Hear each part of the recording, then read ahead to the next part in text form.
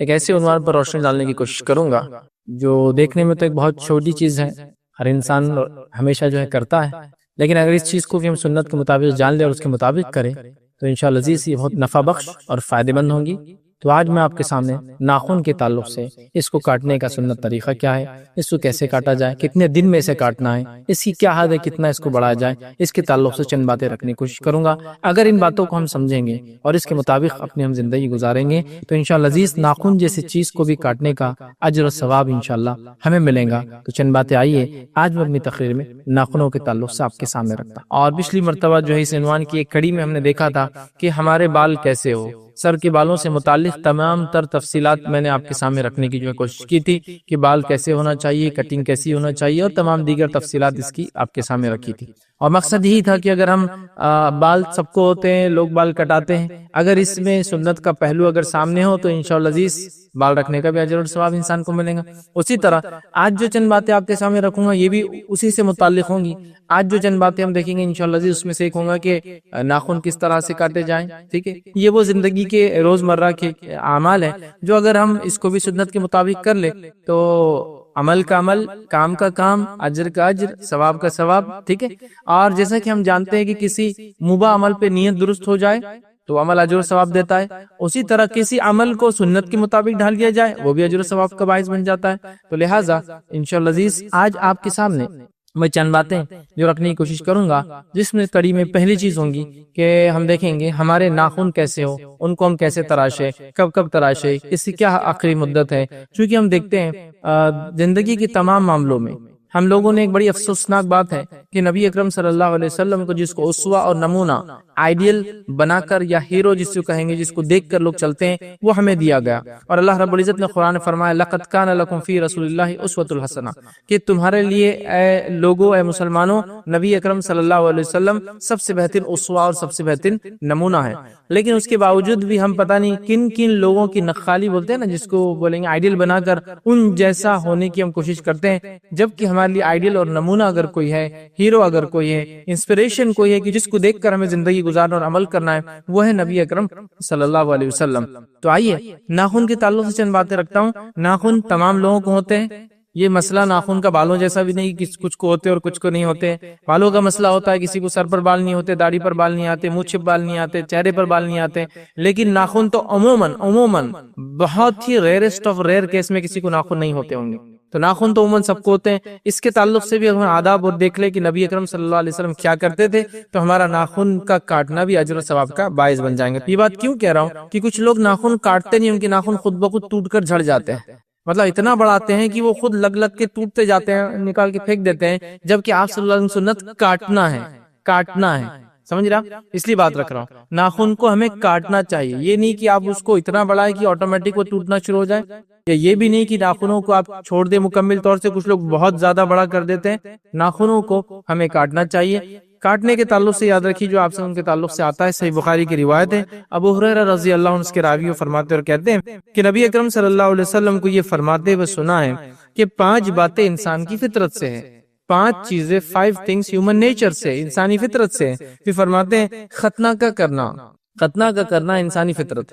دوسرا فرماتے ہیں زیر ناف کے بال صاف کرنا، ٹھیک ہے، زیر ناف کے بال صاف کرنا یہ انسان کی فطرت ہے، یاد رکھیے فطرت۔ زیر ناف مطلب پیوبک ریجن جس کو کہتے ہیں، ناف کے نیچے کا جو حصہ ہوتا ہے شرمگاہ کے آس پاس کا، زیر ناف کے بال کترنا یہ بھی جو فطرت ہے۔ تیسرا فرماتے ہیں آپ صلی اللہ علیہ وسلم مونچھوں کا کترنا، یہ فطرت کا حصہ، یاد رکھیے کہ اپنی مونچھوں کا انسان تراشے اور رسو کترے۔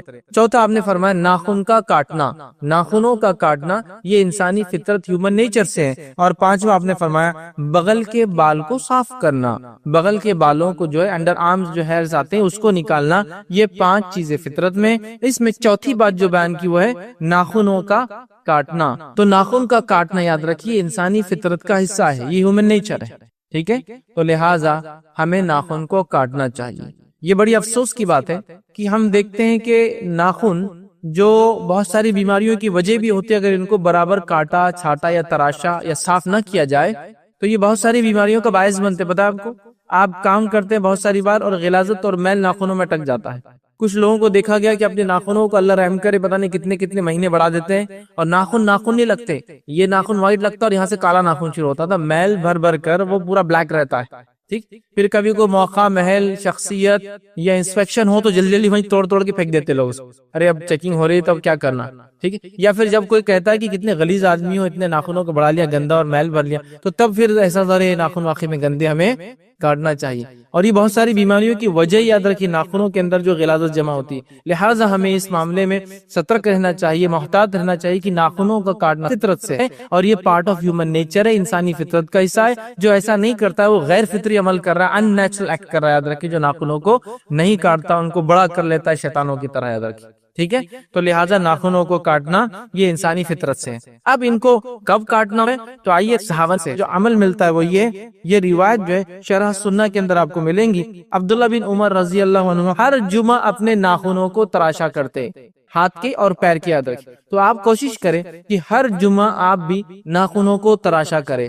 مطلب اگر ناخن تراشنا اگر کوئی اچھا وقت ہے تو وہ وقت کون سا ہے, جمعہ کے دن. تو لہٰذا ہمیں کوشش کرنی چاہیے کہ کچھ نہ ہو سکے تو جمعہ کو کم از کم, مطلب یہ ایسا نہیں ہے کہ جمعہ کو ہی کرنا ہے, لیکن جمعہ کے دن چونکہ انسان غسل لیتا ہے, غسل سے پہلے اگر صفائی کر لے تو بہت خیر, بہت اچھے کی بات ہے. ٹھیک ہے.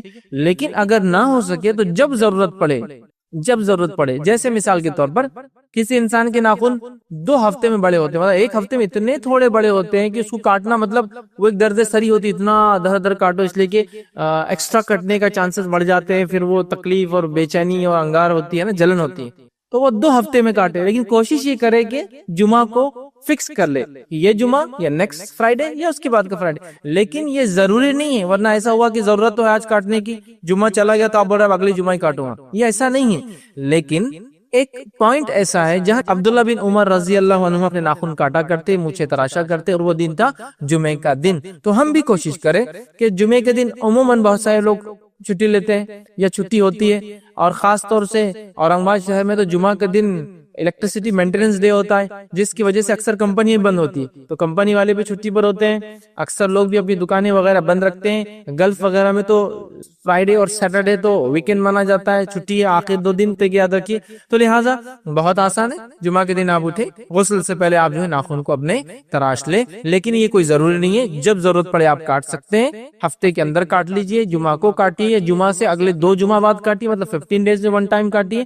لیکن اگر جمعہ کو آپ معمول بنا لیتے, اچھا عمل ہے, صحابہ اس دن کاٹتے تھے. ٹھیک ہے. آئیے آگے بڑھتے ہیں. اسی طرح ایک اور روایت آتی ہے جس کے اندر یہ الفاظ آتے ہیں. ایک صحابی فرماتے ہیں کہ ان کے چچا نبی اکرم صلی اللہ علیہ وسلم کے زمانے میں ہر جمعہ اپنے ناخنوں کو کاٹتے اور مونچھوں کو تراشتے. یہ بھی شرح سنہ کی روایت ہے. ٹھیک ہے. اسی طرح ناخنوں کے میکسیمم بڑھانے کے لمٹ کیا ہے, مطلب کتنا ہم بڑھا سکتے ہیں. ٹھیک ہے. ناخنوں کی تو کاٹنے کی بات ہوگی, کاٹنا چاہیے, فطرت ہے, اچھا عمل ہے. پھر جمعہ کے دن کاٹے, جمعہ نہ ہو سکے تو بہرحال جب بھی آپ چاہے کاٹے, کوئی مسئلہ نہیں. اب رہا مسئلہ میکسیمم لمٹ کیا ہے ناخنوں کی کاٹنے, کتنے دن ہم بڑھا سکتے ہیں, کتنا ہم بڑھا سکتے ہیں اور کب کاٹے. تو یاد رکھیں ناخنوں کی بڑھانے کی میکسیمم لمٹ 40 ڈیز ہے. ناخنوں کو زیادہ سے زیادہ آپ 40 دن تک نہیں کاٹ سکتے, لیکن 40ویں دن آپ کو کاٹ لینا چاہیے, اس لیے کہ اس سے زیادہ بڑھانا یہ درست نہیں ہوگا. اور نبی اکرم صلی اللہ علیہ وسلم فرماتے ہیں, اور حدیث کے الفاظ اس طرح سے ہیں, یہ روایت جامع ترمذی کی ہے, اور انس بن مالک رضی اللہ عنہما اس کے راوی فرماتے اور کہتے ہیں کہ ہمارے لیے مونچھیں کترنے, ناخن کاٹنے, سر کے بال منڈانے, بغل کے بال صاف کرنے کے لیے 40 دن کی حد مقرر کی گئی تھی, اور 40 دن سے بڑھانا مطلب 40 دن مقرر فرمائی گئی ہے کہ 40 دن سے زیادہ نہ بڑھنے دیا جائے.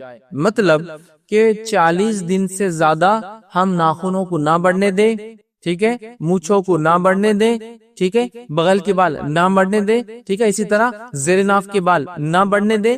یہ چیز 40 اس کی حد یاد رکھیں, اور بغل کے بال 40 دن سے پہلے آپ کو 40ویں دن تک. تو 40 دن یہ میکسیمم لمٹ ہے, یاد رکھیے. لیکن ہم یہ دیکھتے ہیں ناخنوں کے معاملے میں بھی لوگ افراط اور تفریط کے شکار ہوتے ہیں, زیادتی اور کمی کی شکار ہوتے ہیں, اور اللہ رحم کرے اتنے بڑبڑے کر لیتے ہیں. اور خاص طور سے عورتوں میں یہ شوق ہے, مردوں میں بھی شوق ہے کہ کچھ لوگ انگوٹھے کا اور کچھ لوگ کر انگلی کا بڑھاتے ہیں, اور عورتوں میں یہ شوق ہے کہ پورے ناخنوں کو بڑھاتے ہیں. 40 دن تو دور کی بات, 2 3 مہینے کے ناخن ہوتے ہیں, مطلب پہلے ان کو خوب بڑھایا جاتا ہے, 2 مہینے کے بعد ان کو ایک شیپ دیا جاتا ہے, پھر وہ شیپ کو مینٹین کیا جاتا ہے. دیکھیے یہ کافروں کی مشابہت ہے. نبی اکرم صلی اللہ علیہ وسلم کے زمانے میں صحابیت نے کبھی بھی اپنے ناخنوں کو اس طرح سے نہ بڑا کیا. ضرورت کے تحت ناخن نہ کاٹے گئے, چونکہ مجبوری تھی, حالات تھی, غربت تھی, کاٹنے کے آلات اور اوزار کی بھی کمی تھی, یاد رکھیے. یہ بھی میسر نہ تھا کہ آسانی سے کوئی بلیڈ ڈھونڈ کے لائے، ریزر لائے اور کاٹ لے، یہ بھی بڑے مشکل سے ہوتا تھا، یاد رکھیے۔ تو یہ اس زمانے کی بات ہو رہی ہے۔ تو 40 دن ان کو لمٹ سیٹ کی گئی۔ الحمدللہ ہم کو تو بہت ساری سہولتیں ہیں، ہفتے کو ہفتہ کاٹ لیجئے، 15 دن میں کر لیجئے، ٹھیک ہے۔ 40 ڈے 40 دن میکسیمم لمٹ ہے، ٹھیک ہے۔ تو 40 دن سے پہلے ہمیں کر لینا چاہیے، لیکن ہمارا مسئلہ یہ ہے کہ دنیا کے معاملات میں تو جو لمٹ ہے اس سے پہلے کر لیں گے۔ ٹیکس کی لمٹ ہے 15 سپٹمبر ایڈوانس ٹیکس، تو ہم اس سے پہلے ماشاءاللہ اپنا 10 کو اپن پے کر لیتے، ماشاءاللہ 1 کو اپن پے کر لیتے۔ لیکن مسئلہ یہ ہے کہ جب دین کا کام ہے 40 دن لمٹ ہے، لیکن اللہ تعالیٰ معاف کرنے والا ہے، لیٹ اٹ بھی، چلنے دو۔ اور حالات یہ ہے کہ بغل کے بال جو ہے اتنے بڑے ہو گئے کہ انسان اگر کبھی بنجن نہ پہنے تو باہر آ رہے ہیں مردوں کے، بچے بھی دیکھ رہے ہیں انکل کے بال دیکھو آپ کے کتنے بڑے، اور اس کو کوئی شرم اور کوئی حیا نہیں کہ جو چیز صاف کرنا ہے، ٹھیک۔ اچھا، داڑھی کو روز چھیل رہے، جو بالوں کو میکسیمم لمٹ ہے، آپ چاہے تو ہفتے میں کاٹے، کوئی مسئلہ نہیں، جس کی میکسیمم لمٹ ڈیفائن ہے اس کو نہیں کریں گے، اور جس کو چھوڑ دینا ہے اس کو روز صاف کریں گے۔ مطلب امیزنگ سچویشن ہے ہم لوگوں کی کہ سنت کی خلاف ورزی میں ہر جگہ ہم آگے، جس چیز کے تعلق سے میکسیمم 40 ڈیز ہے، لیکن مرد اور خواتین اس معاملے میں بہت ہی کمزور اور کوتا نظر آ رہے ہیں ہم لوگ۔ تو 40 دن میکسیمم لمٹ ہے۔ تو اگر ناخنوں کو بڑھانا ہے، کوشش یہ کرے کہ جمعہ کو جمعہ کاٹ لے۔ میرے جمعہ سے جمعہ نہیں بڑھتے ہیں، اتنے زیادہ نہیں ہیں میرے ناخن بڑے، تو 2 جمعہ کو آپ کاٹیں۔ نہیں 2 جمعہ زیادہ ہو جاتا ہے، بہت بڑھ جاتے ہیں، تو آپ 10 دن میں کاٹے، کوئی مسئلہ نہیں۔ جمعہ کے دن بہرحال اچھا عمل ہے، کوئی ضروری نہیں۔ لیکن اگر بڑھانا ہے یا نہ کاٹ پائے کسی وجہ سے، تو میکسیمم کتنے دن؟ 40 دن۔ 40 دن کے اندر تو آپ کو کاٹ لینا ہے۔ اب لیکن ایک سوال بہت سے لوگ پوچھتے ہیں، اگر 40 دن تک میں ناخن نہ کاٹوں تو کیا میری نماز کا کوئی مسئلہ ہے؟ دیکھیں، نماز ایک الگ عبادت ہے، اور اس کا معاملہ پاکیزگی اور طہارت سے، یاد رکھیں، ناخنوں کا صاف صفائی سے اس کا تعلق ہے، لہٰذا اس کا نماز سے تعلق نہیں، ٹھیک ہے۔ تو اس کے نہیں کاٹنے سے نماز میں انشاءاللہ آپ کی کوئی فرق نہیں آئے گا، لیکن آپ ایک غیر فطری عمل کر رہے ہیں۔ نبی اکرم صلی اللہ علیہ وسلم نے 40 دن سے زیادہ بڑھانے کو منع کیا ہے، ٹھیک ہے۔ تو لہٰذا ہم کوشش کریں گے مرد اور خواتین اپنے ناخنوں کو 40 دن کے اندر کاٹے۔ جمعے سے جمعہ سب سے بہترین میقات اور لمٹ ہے، مطلب اس کو بولیں گے جمعہ، اور جمعہ ایوری 7 ڈے آپ جو ہے کاٹتے جائیں، یہ بہت اچھی چیز ہے۔ نہ ہو سکے تو 40 ڈیز، مطلب آپ دوسرے جمعہ کاٹے، ضرورت پڑنے پر اس کے بیچ میں اور کبھی بھی آپ کر سکتے ہیں، لیکن 40 دن کے اندر ہونا چاہیے۔ تو یہ بات تھی ناخن۔ ایک غلط فہمی جو پائی جاتی ہے ناخنوں کی کاٹنے کے تعلق سے، وہ یہ ہے کہ کچھ لوگ یہ بیان کرتے ہیں کہ ناخنوں کو ایسا کاٹنا چاہیے، بولتے دعا کے لیے ہاتھ جیسا باندھتے ہیں، اس کے بعد وہ کہتے ہیں کہ پہلے یہ انگلی کا کاٹنا چاہیے، مطلب سیدھے ہاتھ کی انڈیکس فنگر، ٹھیک ہے، ٹھیک ہے، شہادت کی انگلی جس کو بولیں گے عام زبان میں، پھر اس کے بعد مڈل فنگر، بیچ کی انگلی، پھر رنگ فنگر، پھر ٹھیک ہے یہ والی انگلی، اس کے بعد لٹل فنگر چھوٹی والی انگلی، پھر اس کے بعد یہ چھوٹی، پھر اس طرح سے انگوٹھا، اور آخر میں وہ کہتے ہیں سیدھے ہاتھ کے انگوٹھے کا کاٹنا چاہیے، لیکن یہ نبی اکرم صلی اللہ علیہ وسلم سے عمل ثابت نہیں ہے، ٹھیک ہے۔ تو لہٰذا میں یہ کہوں گا، نبی اکرم صلی اللہ علیہ وسلم کا معمول یہ تھا، آپ سیدھے سے الٹے کی طرف سارے ہی کام کرتے، آپ بال کٹواتے سیدھے سے الٹے کی طرف، آپ ناخن کاٹتے سیدھے سے الٹے کی طرف، تو لہٰذا اس اصول کے مطابق میں آپ سے یہ کہوں گا سیدھے سے الٹے کی جانب جائیے۔ آپ سیدھے میں جہاں سے آپ کو شروع کرنا ہے آپ کی مرضی، الٹے میں جہاں سے کرنا ہے، لیکن فرسٹ رائٹ، سیکنڈ لیفٹ۔ سیدھے میں اور سیدھا کہے، سیدھے میں سیدھا تو پھر یہ انگوٹھا پہلے آتا ہے، سیدھے میں سیدھا، لیکن سیدھے سے شروع کرنا ہے، آپ چاہے ادھر سے کیجئے، ادھر سے کیجئے، بیچ سے کیجئے، وہ آپ کی مرضی ہے۔ سیدھے سے الٹے کی طرف، مطلب پہلے سیدھے ہاتھ کے پھر الٹے ہاتھ کے۔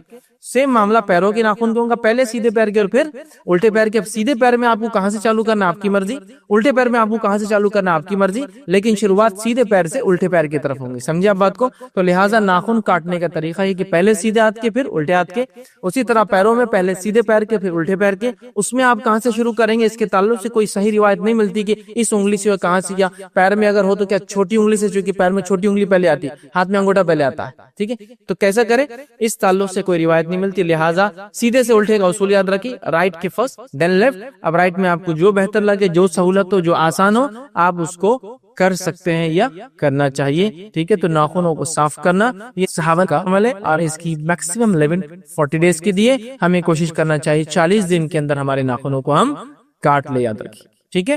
تو یہ چند اہم باتیں تھیں جو میں نے مناسب سمجھی آپ لوگوں کے سامنے رکھوں، تاکہ ہم لوگ یہ عمل بھی اگر سنت کے مطابق کریں تو یہ عمل بھی انشاءاللہ ہمارے لیے ثواب دینے والا عمل ہو سکتا ہے، انشاءاللہ عزیز کروں گا۔ اللہ تعالیٰ سے دعا ہے کہ اللہ سبحانہ وتعالیٰ ہم تمام کو سنتوں پر عمل کرنا ہمارے لیے آسان کرے، ہم تمام کو توفیق دے کہ ہر سنت کو اپنے زندگی میں ہم جو مکمل طور سے اپنائیں، جب تک ہمیں زندہ رکھے اسلام اور ایمان پر زندہ رکھے، خاتمہ ایمان پر ہو۔ نبی اکرم صلی اللہ علیہ وسلم فرماتے ہیں آدم جب بننے لگے، روح پھونکی گئی تو سر سے بنتے گئے نیچے کی طرف، اور جب سر سے نیچے کی طرف بننے لگے اور اوپری حصہ بن گیا تو آدم علیہ السلام نے پہلا کام کیا، چھینکا، تو فرشتوں نے جو ہے اللہ رب العزت نے آدم کو کلمہ سکھا اور کہا کہ جب تم چھینک لو تو الحمدللہ کہو، اور جب انہوں نے الحمدللہ کہا تو فرشتوں نے یرحمک اللہ جواب میں دیا اور کہا اب تمہاری اولاد کا بھی یہی معاملہ ہوگا، جب بھی وہ چھینکیں گے الحمدللہ کہیں گی اور جواب میں یہ کہا جائے گا۔ تو آدم علیہ السلام کو جو پہلی عبادت اللہ رب العزت نے کروائی وہ ایک دعا تھی۔ اسی طرح اللہ رب العزت نے آدم علیہ السلام کی جو توبہ قبول کی وہ بھی دعا کے ذریعے کی۔ تو دعا ایک مستقل عبادت ہے، یاد رکھیے، یہ کبھی کبھار ہونے والا عمل نہیں، یہ ہمیشہ ہونے والا عمل ہے۔ اسی طرح تمام عبادتوں کے اندر دعا ایک ایسی عبادت ہے جس کے لیے نہ کوئی وقت ہے، نہ کوئی گھڑی ہے، نہ کوئی جگہ ہے، نہ کوئی حالت ہے کہ طہارت ہونا نہیں ہونا، نہ کوئی مقام ہے، بلکہ ایک ایسی مستقل مسلسل بترتیب ایک ایسی عبادت ہے جو آپ صبح شام دن رات طہارت بغیر طہارت کے کسی بھی حالت میں سوتے اور جاگتے اور لیٹے اور بیٹھے اور کھڑے سے اور مجمع میں اور انفرادی اور ہر اعتبار سے آپ کر سکتے، ایک ایسی مستقل جاہرانہ عبادت جو آپ کبھی بھی کر سکتے، کوئی وقت کی پابندی نہیں، کوئی مہینے کی پابندی نہیں، کوئی دن اور رات کی پابندی نہیں، کوئی جگہ کی پابندی نہیں، کوئی رکعت کسی چیز کی پابندی نہیں، ایک ایسی مستقل عبادت جو آپ کبھی بھی کر سکتے ہیں، ہر وقت کر سکتے ہیں، ایک ایسی زبردست چیز ہے۔ اسی طرح اگر سیرت النبی کا مطالعہ کرے، نبی اکرم صلی اللہ علیہ وسلم کی سیرت کا مطالعہ کرے، تو آپ صلی اللہ علیہ وسلم کی زندگی کی کوئی گھڑی، کوئی پہلو، کوئی موقع ایسا نہ تھا جب نبی اکرم صلی اللہ علیہ وسلم نے دعا نہ کی ہو یا امت کو دعا نہ سکھلائی ہو۔ ایک تو تھا آپ کو دعائیں کرتے، ایک سکھایا بھی کرتے، تو نہ کی ہو یا نہ سکھلائی ہو۔ آپ دیکھیے نا، آپ صبح اٹھے، اٹھنے کی دعا، آپ لوگوں سے ملاقات کیے، ملاقات کرنے کی دعا، سلام کرتے ہیں، بیت الخلاء میں داخل ہوئے صبح اٹھ کر، اس کی دعا، بیت الخلاء سے باہر آئے، پیشاب پخانہ کر کے آپ جو طہارت خانے سے باہر آئے، اس کی ایک دعا، آپ نے وضو شروع کیا، اس کی ایک دعا، آپ نماز کے لیے نکلے، مسجد پہنچے، مسجد میں داخل ہونے کی دعا، مسجد میں فجر کی نماز پڑھی، نماز کے اندر مختلف دعائیں جو شروع ہوتی ہے ثنا سے لے کر تو تسلیم کا مطلب تکبیر سے لے کر تسلیم نماز ختم ہونے تک، مسجد سے باہر نکلے تو پھر اس کے بعد مسجد سے نکلنے کی دعا، گھر میں داخل ہوئے تو گھر میں داخل ہونے کی دعا، گھر سے نکلے تو گھر سے نکلنے کی دعا، لباس پہنا تو لباس پہننے کی دعا، اسی طرح جو ہے نیا لباس پہنا، نیا لباس پہننے کی دعا، نئے پھل دیکھے، نئے پھل دیکھنے کی دعا، ہر چیز کی دعائیں سکھائے، سواری پہ سوار ہوئے تو اس کی ایک دعا، سواری سے اتر رہے اس کی ایک دعا، شہر میں داخل ہوئے اس کی ایک دعا، شہر سے باہر نکلے کوئی نئے اس کی ایک دعا۔ تو گویا صبح سے شام تک کوئی ایسا زندگی کا مرحلہ نہ ہوگا جس میں ہم دعا نہیں کرتے، حتیٰ کہ طہارت کے معاملے میں بھی دعا ہے کہ بیت الخلاء میں جا رہے اپنے جو ہے طہارت کے لیے تب بھی دعا، وہاں سے نکل رہے تب بھی دعا، حتیٰ کہ ایک انسان اپنے بیوی کے ساتھ ہو تو اس عمل سے پہلے جو اس کے لیے جائز ہے اس سے پہلے بھی دعا۔ دعائیں دیکھ رہے آپ کس کثرت سے ہے کہ کوئی زندگی کا مرحلہ اس سے خالی نہیں ہے، اور نبی اکرم صلی اللہ علیہ وسلم سے کم و بیش 1000 سے زیادہ دعائیں جو لیل اور نہار صبح اور شام کی ثابت ہیں، جو صحیح روایتوں سے آتی ہیں، کم و بیش 1000 کے قریب ایسی دعائیں ہیں جو رسول اللہ صلی اللہ علیہ وسلم سے ثابت شدہ صحیح روایتوں سے ملتی ہے جو ہمیں کرنا چاہیے۔ تو کوئی مرحلہ رسول اللہ صلی اللہ علیہ وسلم کی سیرت کا مطالعہ کرے تو نہ گزرا ہو جس میں آپ نے کوئی دعا نہ کی ہو یا دعا نہ سکھائی ہو، ہر معاملے پہ دعا، ہر چیز کے لیے دعا سکھائی۔ لیکن افسوس اس امت کا معاملہ یہ کہ دعا کے معاملے میں کنجوس کیا، اس کو علم ہی نہیں دعائیں ہوتی کیا ہے، کرنا کیا ہے، کیا اس کا معاملہ ہے۔ یہ بڑی افسوس کی بات ہے، یاد رکھیے کہ جس امت کے نبی نے کسی گھڑی کو بغیر دعا سے خالی نہ رکھا، اس امت کی یہ بدبختی ہی ہم کہیں گے کہ اس کو دعائیں یاد نہ ہوتی ہیں، یا چونکہ اس کی اہمیت نہیں تو یاد کرنے کی کیا ضرورت، اس لیے کہ دعاؤں کو ہم آؤٹ پروسیس کرتے ہیں۔ آؤٹ پروسیس کیا ہوتا ہے کہ جب میری تجارت بہت بڑھ جاتی ہے تو میں کانٹریکٹس لیتا ہوں اور دوسروں سے وہ کام کروا کے لیتا ہوں، تو آج ہماری دعائیں بھی آؤٹ پروسیس ہوتی ہے، بھائی تم کر دو۔ ہمارے گھر میں ایک ولی گزرے، انہوں نے سب کے لیے دعائیں کر دی، ہم تو نبی کے خاندان سے ان کی دعائیں ہمارے لیے ابھی کافی ہے نا۔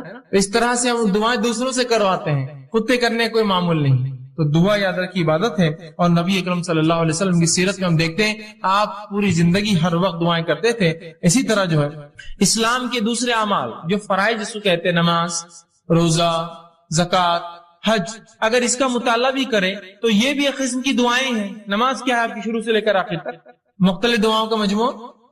آپ حج کرنے جاتے ہیں، کیا کرتے ہیں حج کے اندر، کیا اعمال ہیں آپ کے؟ طواف کر رہے تو دعا، صحیح کر رہے تو دعا، جو ہے میدان عرفہ میں ہے تو دعا، مزدلفہ میں تو دعا، جا رہے تو دعا، مطلب دعا ہی تو ہے حج پورا، دعا ہی تو ہے نماز پوری۔ تو یہ گویا فرائض بھی عبادت ہے، یہ جو فرض عبادتیں ہیں یہ بھی خود ایک قسم کی دعائیں ہیں، یاد رکھیں۔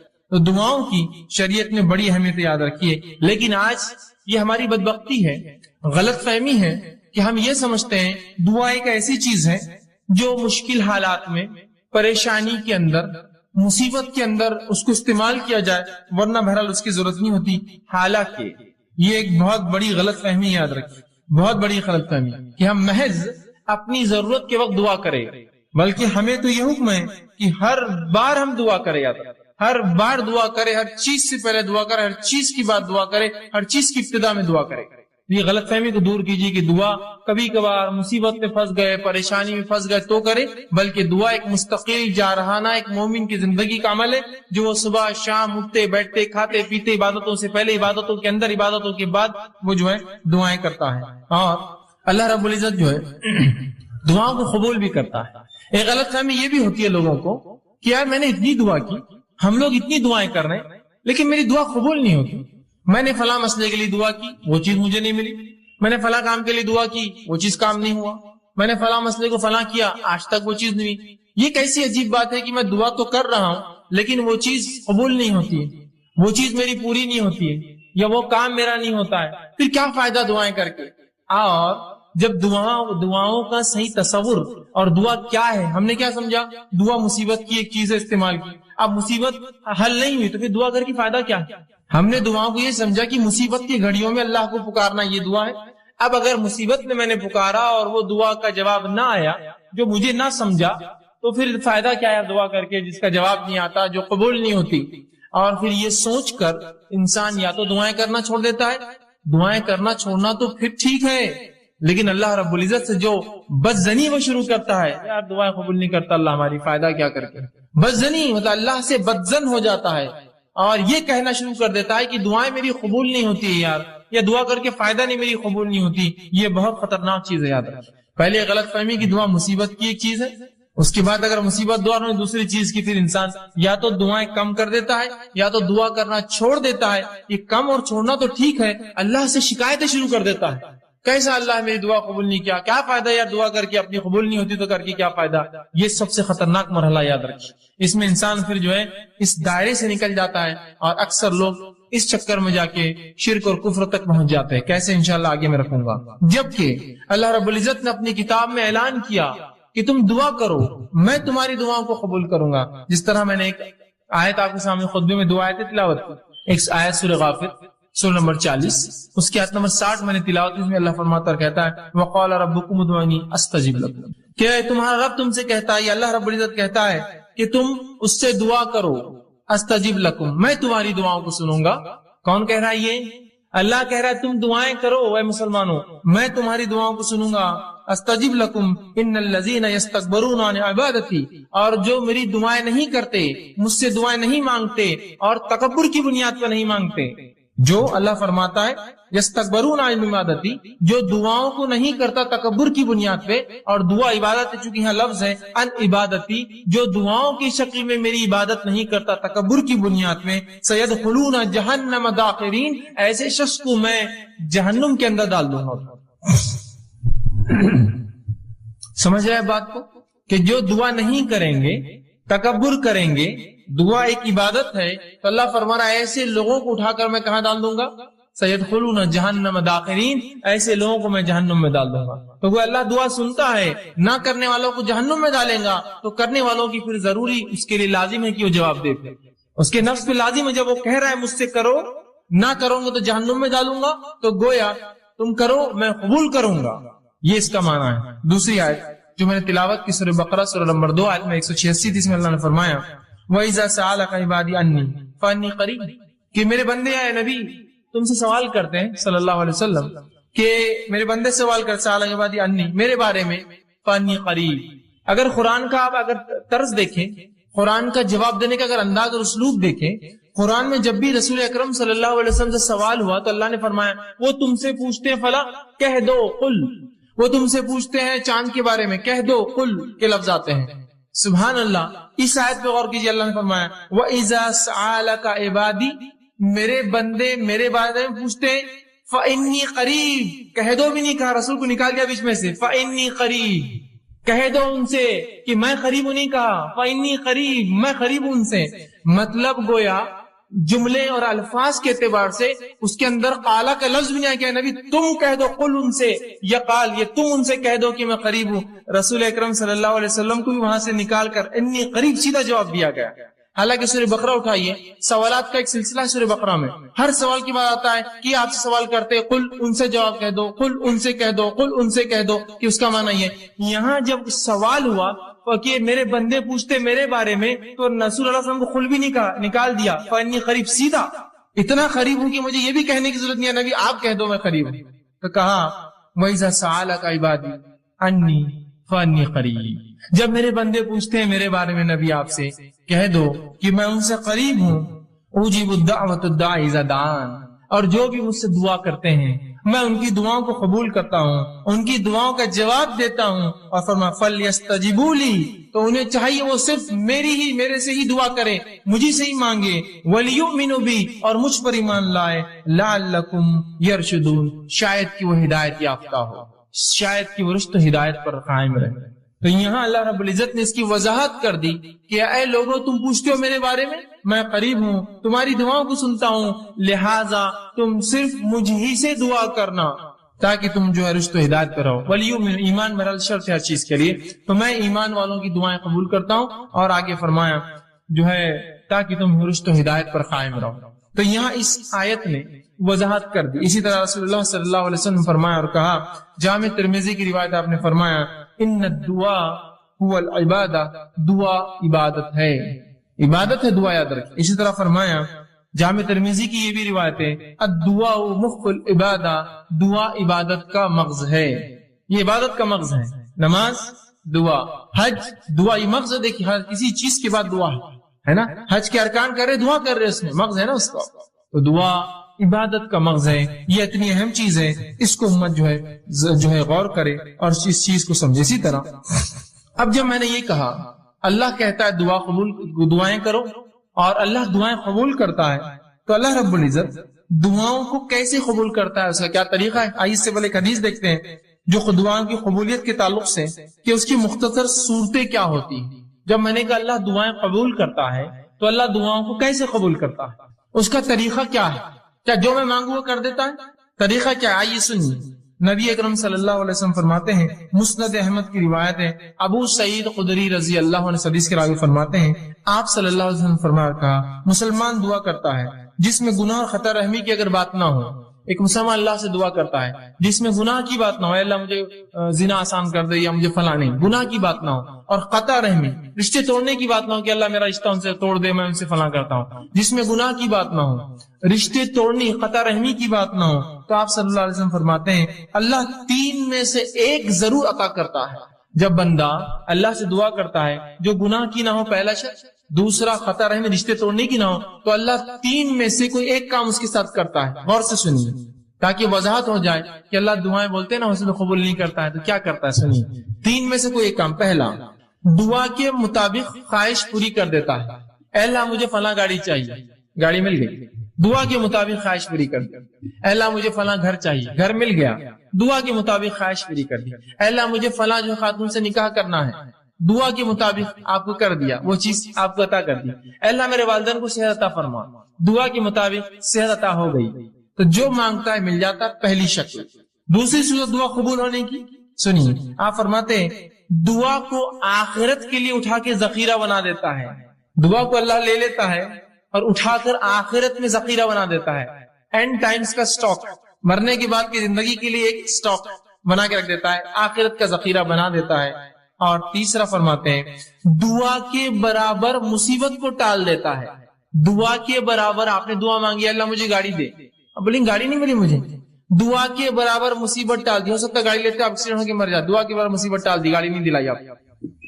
دعا کے برابر مصیبت ٹال دی تو آپ کی دعائیں اللہ نہیں قبول کر کے در حقیقت قبول کر رہا ہے، وہ کا بدلہ دے رہا ہے آپ کو. پتہ مجھے لگ رہا ہے کہ یہ چیز میرے لیے اچھی ہے، پتہ چلا اس میں تو میرے لیے شر تھا، اللہ نے بچا لیا. بعد میں الحمدللہ میں بچ گیا، ورنہ وہ چیز لے کے پھنس جاتا ہوں. سمجھے آپ؟ تو نہیں قبول کر کے قبول کرتا ہے آپ کی دعا. وہ 3 شکلیں، پہلی ہو بہو جو مانگا عطا ہوا، دوسری شکل آخرت کے لیے توشہ ذخیرہ بنا کے اعمال میں رکھ دیا، تیسری شخص دعا کے برابر مصیبت ٹال دی جاتی ہے. صحابہ نے کہا اللہ کے رسول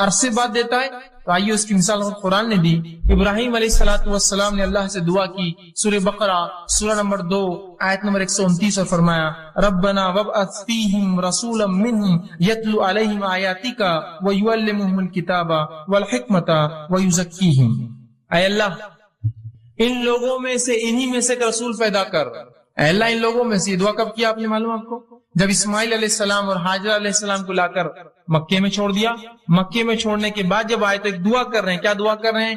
اے اللہ میری اس اولاد سے، اسماعیل سے، اس کی نسل سے، ان لوگوں میں سے جو ہے اللہ فرمائے ربنا وابعث فیہم رسولا منہم، انہی کے اندر سے ایک رسول انہی میں سے بھیج، یتلو علیہم آیاتک، جو تیری آیتیں پڑھ پڑھ کر انہیں سنائے، ویعلمہم الکتاب، اور تیری کتاب کا علم انہیں دے، والحکمہ، اور ان کو نبوی علم، احادیث کا علم، حکمت عطا فرمائے، ویزکیہم، اور ان کی نفسوں گناہوں سے پاک کرے. اور یہ دعا کا نتیجہ کون تھے معلوم آپ کو؟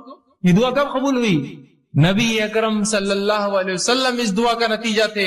آپ نے حدیث میں اس کی تفسیر کی اور فرمایا، آپ نے فرمایا میں اپنے باپ ابراہیم کی دعا کا نتیجہ ہوں.